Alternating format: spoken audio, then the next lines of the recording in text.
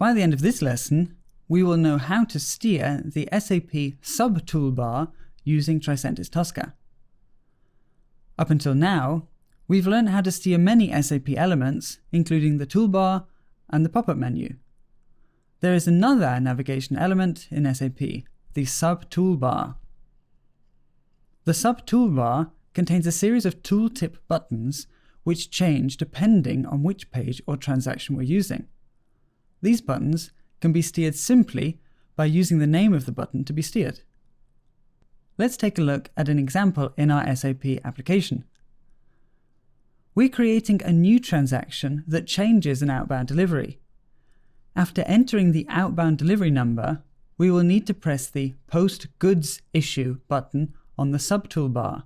Then we continue the process.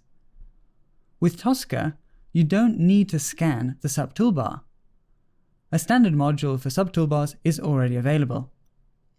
As we've seen in previous lessons, all you need to do is include the standard subset in your workspace. This makes steering a sub-toolbar much simpler. In Tosca, the new test case is built the same way shown in the previous lessons. This test case automates a transaction until this page, where we enter the outbound delivery number. Now, we need Tosca to click the Post Goods Issue button.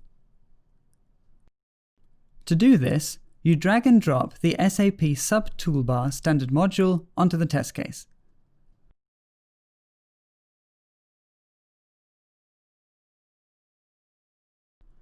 To make Tosca click on a button, simply type the name of that button onto the field value of the sub-toolbar test step value. The asterisk or wildcard character means that any text after issue is included.